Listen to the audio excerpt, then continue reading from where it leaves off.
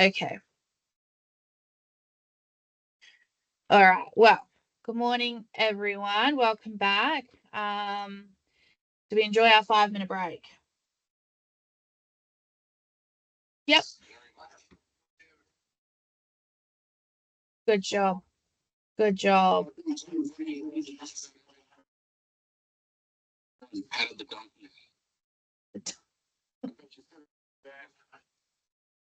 Special audio, no expression. Okay, so hopefully I've got my sounds right. All right, so just to recap, so we're on session 2 now. And just to recap session 1, so our learning outcomes for session 1 were confirm and plan to complete research work task and identify how to access help function for online applications and tools. So today's, the second session, we've got 2 learning outcomes.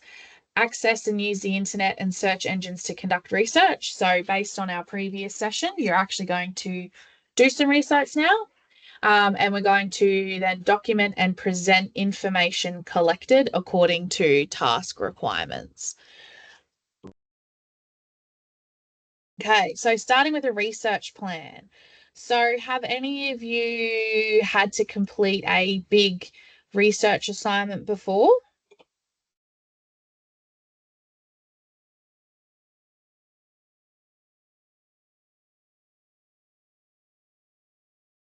Yep. And do you create a research plan before you start that?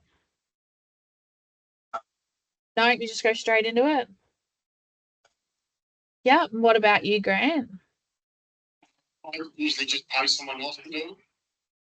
So you've never done any research yourself? Show me how to do it. Okay, all right. And Tim? I've done research before, but no plan, just wing it. Just wing it and it works all right for you? Yeah, most of the time. Most of the time. Okay, so the first action when completing research is to create a research plan. A research plan contains the information required to effectively carry out the task. It guides how the research is conducted and documented. Research plans assist to keep the task on track, and research is more likely to be relevant and meet objectives. A good research plan should include what the topic is, who is involved in the task, the objective of the research, the online resources required, where you plan to gather your information from, and any search terms that you plan to use to help gather information. So, do you think those points would assist you in your next research plan?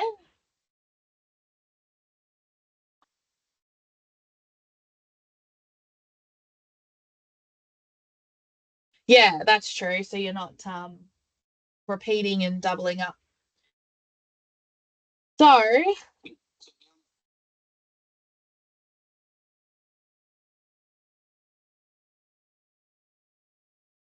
yeah, it'll be methodical and make sure you're following a systematic approach and you're not wasting your time a little bit. So, we've got some guidelines for completing research. Utilize your search engines effectively. So, we went through our search engines in our previous session. Access different types of sources. So, oh, yes, Brooke, you've got your hand up. I must have hit something so I can't see it. Oh, can you not? Can any of you see my PowerPoint? Oh, thank you, Brooke. What about now? You? Okay, so yeah. Yep. So that was us slide on a research plan, and now we've got guidelines for research. So we're up to the second point, access different types of sources. So what would you consider a source of information, or when researching, where could we find information from? Yep. Anyone else? Bing, yep. So just using our search engines. Yep. So I would think of a source like, you've got the Courier Mail online, you've got I mean, Wikipedia popped in head, but that's not reliable. But there's different websites that we could use as well to help us conduct our research. Um, we should verify the information that we have found, organize your findings into a logical sequence, respect copyright and intellectual property, so making sure we don't plagiarize anything, be cautious with sensitive data, and we should be limiting our distractions. 6, 7.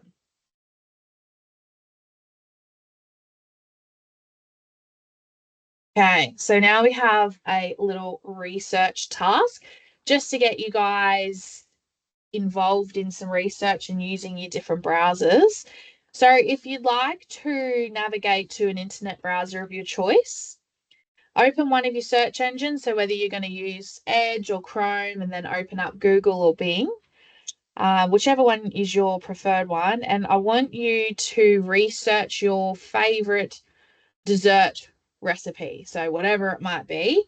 Um, Pavlova's mine. So if I just type in Pavlova, and you'll just get an idea of how many different things pop up when you search one word. So yeah, if you guys, I'll give you a couple of minutes if you guys would like to research that for me.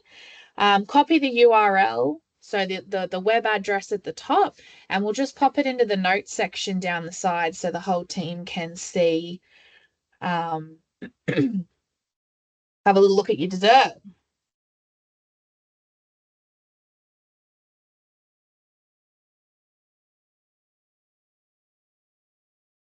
Does that make sense to everyone?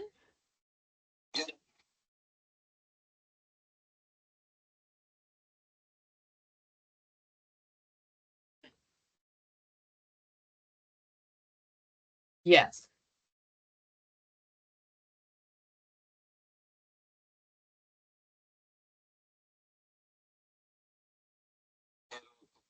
Without a mouse.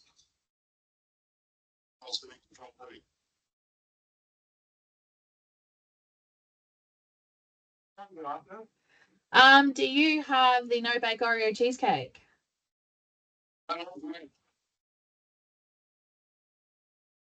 I don't have yours yet, Brooke.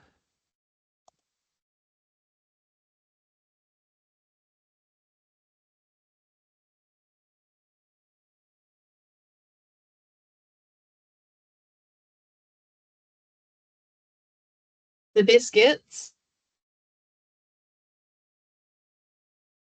That's your favorite dessert, is it?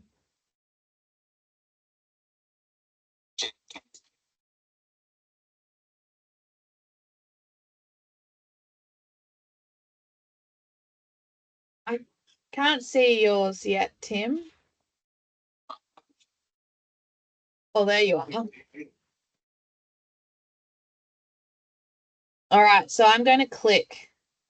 We'll start with yours, Tim, because it's at the top. So if everyone wants to click on the link that Tim's input, so he's got caramel slice. Oh, yeah, yum.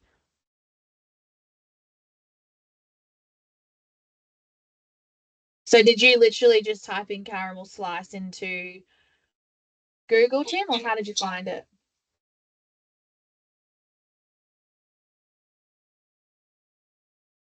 And you happy with the recipe? So who's we got next? No bake Oreo cheesecake.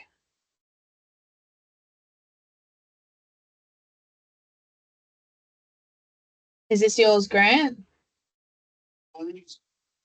And do you make this, do you?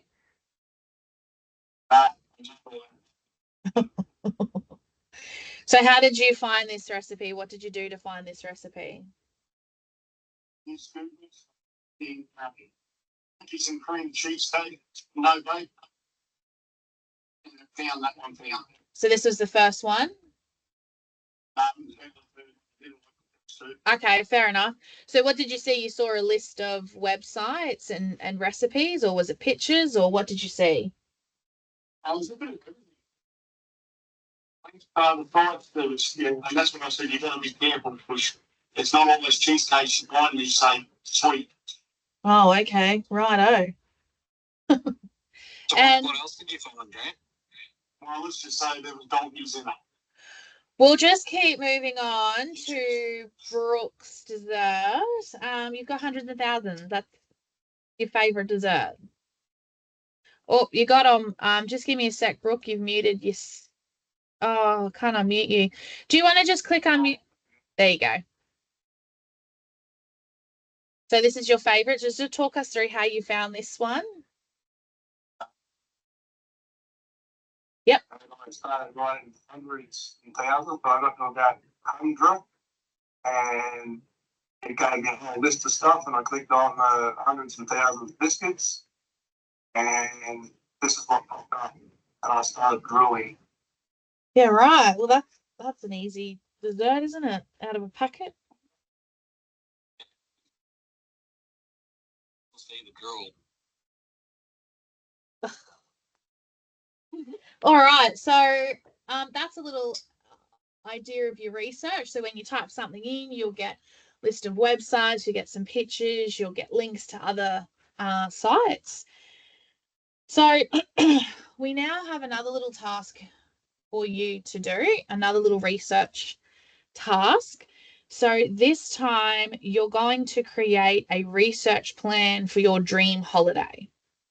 And I want you to put your plan, it can be Word document or in an email, and just email it through to me. You should still have my email address from the first session we did.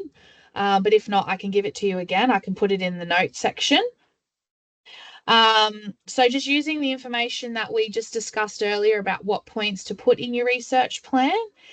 So basically, we're looking for at the end of this enough information that we could literally walk into a flight center and book it. So pick your location, have a look at your flights, have a look at some accommodation, and if we can have a look at least one activity to do when you get to that area. So I'll just pop my email address in the chat. Just give you a couple of minutes to do that.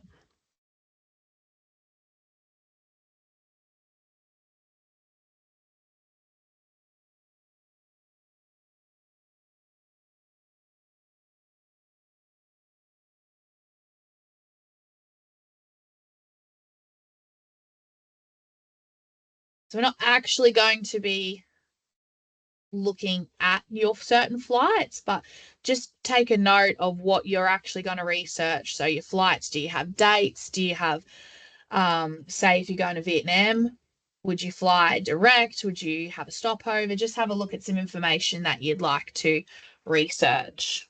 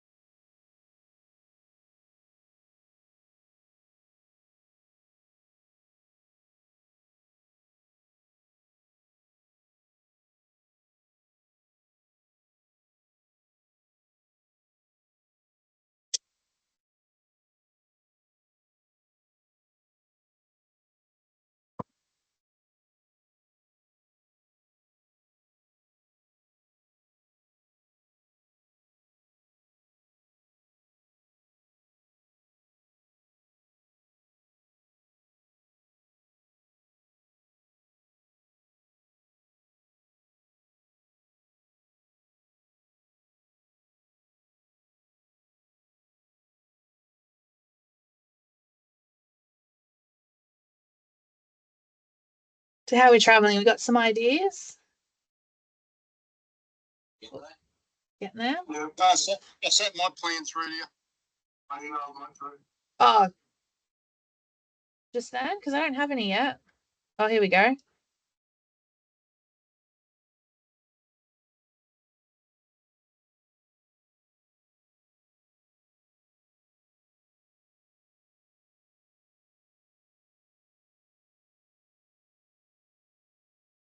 It's pretty good, Brooke. Have you done that one already or something? No, I heard you mention Copilot before, so I tried Copilot to see what it could give me, and that gave me everything I need. Yeah, same here. All right, Tim. All right, so you're all happy for me to share where we're all going, what we've selected? Yeah, sure. You can share mine with Grant, but not Brooke. Oh, okay. Yeah, share it with Brooke. Brooke can know? Okay. So Tim would like to go to New Zealand. So he's got his location. He's got his location to say is Christchurch. He's selected his dates. His accommodation must be at least 4-star. Very good tip. And his activity he would like to do is visit the hot spas. So that's a perfect research plan. We'll have a look at Brooks. So he's got some flight options. He's going to Vietnam, so he could fly through Sydney, Melbourne, or from Brisbane. He's got his accommodation. Looks like you've selected a tour. Is that right, Brooke?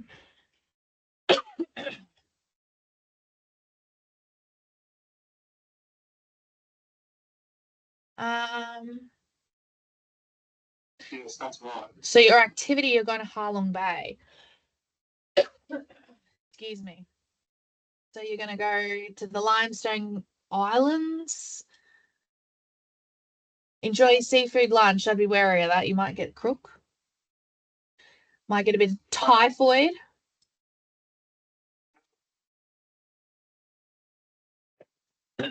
No. And Grant, he is going on a Muay Thai training holiday.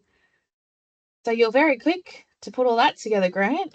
We've got so your destination, we've got Phuket, Bangkok, Chiang Mai, or Koh Samui. So is your activity, is it the actual Muay Thai, is it, Grant? Yeah, sure is. Yep. So you've got your accommodation options, you've got a budget, how to pay for the trip. Excellent. All right. So based on that plan, on all three of your plans, can you see how it would be a bit easier to research a trip, having a bit of an itemized list on what you're going to be researching?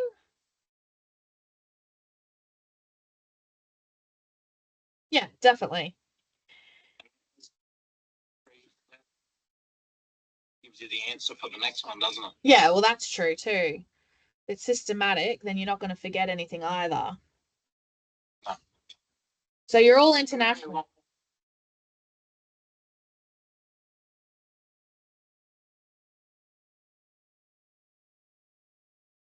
Oh, that's a pretty good thing. Oh, well, there you go. Maybe you can plan your next trip. Might be handy to keep that for our assessment as well. Okay, so thank you for doing that. Moving on with our conversation. So we've got taking notes. I think, Brooke, you mentioned earlier that it's handy to take notes so then you remember what sites you've already looked at before. So, Grant and Tim, do you take notes at all when completing research tasks? Like based on information you found? Yep.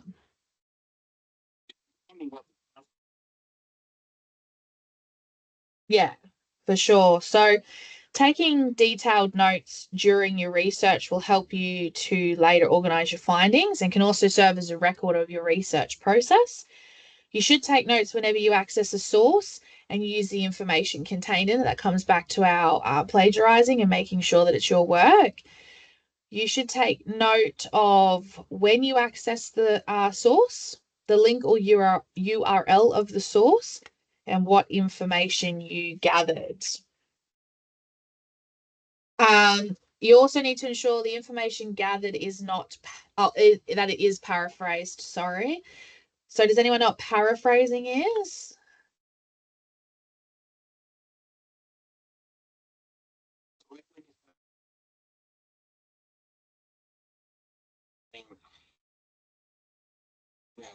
Yeah. Yep, that's exactly it. So it says to write key. What?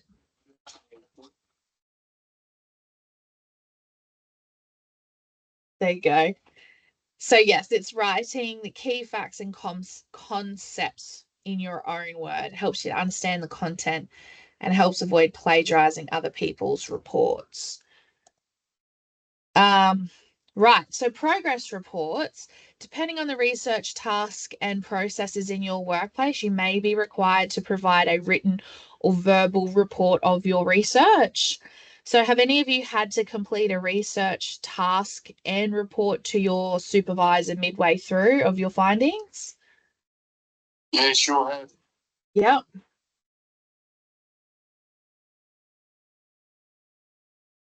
Yep. And you said no, Brooke? Not. Yep. Well, so there are two ways to report. It can be written or it could be verbal. So we're going to have a look at both. So in the report, we should include the topic that we've researched, the objective of the research, how you fulfilled it, and your actual findings and sources of information if required.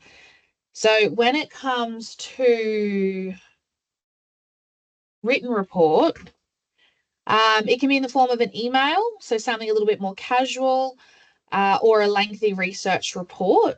When presenting your research, it should be clear and concise. You should organize your main points and create a clear structure for writing. Use plain English. Eliminate repetitive phrases or words that don't add value to your writing. Use an active voice. Keep sentences and paragraphs short. Edit and revise your writing, and then read it aloud to identify awkward phrasing or areas that need improvement, and make sure writing conveys all necessary information while being as succinct and clear as possible. So then we come to verbal reports, which you touched on, Brooke. So it can be a one-on-one verbal report to management or a group of stakeholders. So when giving a verbal report, think about what you want to say before you begin.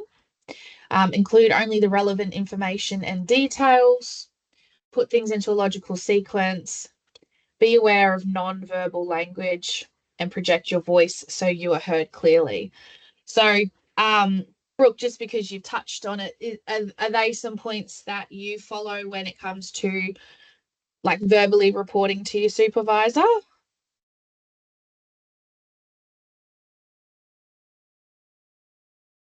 I want to get everything in, tell them what we're going to say, so they understand. So the more information, the better. And what about you, Grant? Have you had to do verbal report to supervisor before on research? Yeah,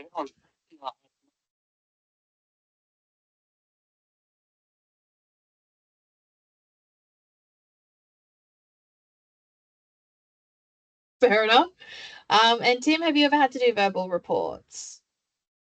yeah, so you can just write down a few dot points just to jog my memory of what I need to tell them and make sure I cover everything that I need to.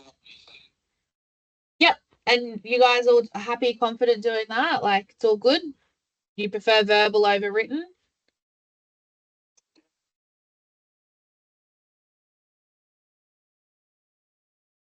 Yep. Yeah, verbal is easy, but like Grant sort of touched on, sometimes you just need to have a paper trail to, I suppose, have evidence that you have actually conveyed that information to someone. Yeah. Also, yourself, and also what you've told them. Oh. Yeah. Well, there you go. That's very good. We don't have to do too much here, verbal reporting. All right. So two review questions for you. What should a good research plan include? So we'll just get you to raise your hands and offer a suggestion.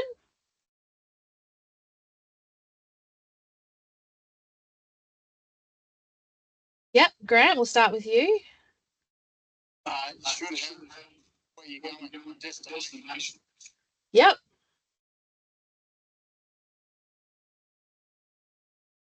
Brooke and Tim are frozen on my screen. Oh.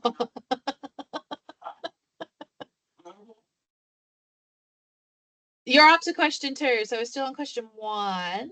So what do you think a good research plan should include?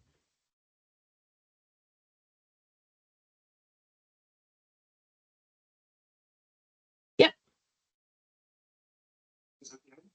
Yep. Yep, perfect. Awesome. Did you have another suggestion, Grant? I did, but Danny Brooke must have been looking at my paperwork because he took my answer. Oh, bummer. So question 2, what 2 types of reports did we discuss? How can we convey our research to our supervisors?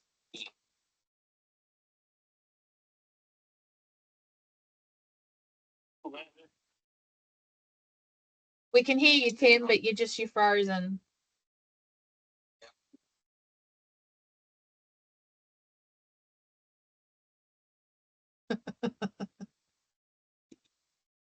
So, Brooke, you touched on one of these before. Perfect. Excellent. Well, thank you very much for that. So just to reiterate the learning outcome from the second session, it was to access and use the internet and search engines to conduct research, which all 3 of you did when it came to researching your favorite dessert. And then we had document and present information collected according to task requirements. So we just did that briefly in the email that you sent through to me. So that completes session 2. So what we'll do before we finish, we just need to have a learner evaluation form completed. So I'll just email that out to the 3 of you. If you could just spend a couple of minutes just writing some comments on today's session and just email it back to me, that's all right. Sure.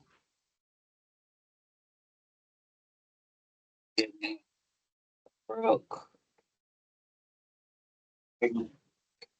Grant, and Tim.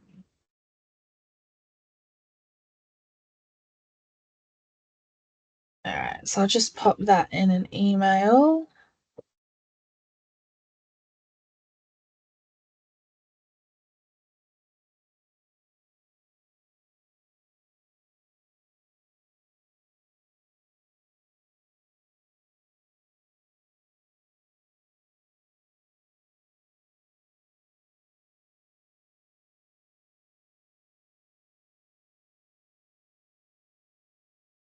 All right, so I've just sent that through to you, the 3 of you. If you could please complete that and just send back to me.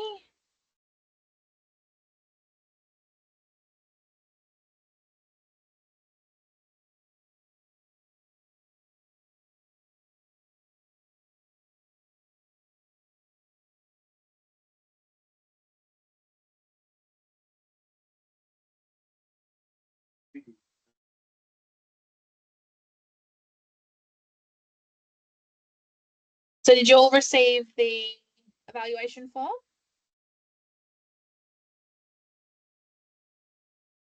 Oh, you're on mute, Grant. Did you not? No, I haven't. And Tim doesn't know because his computer's died. Oh, okay. Right, he needs a charger. All right, well, I've sent that. Yeah.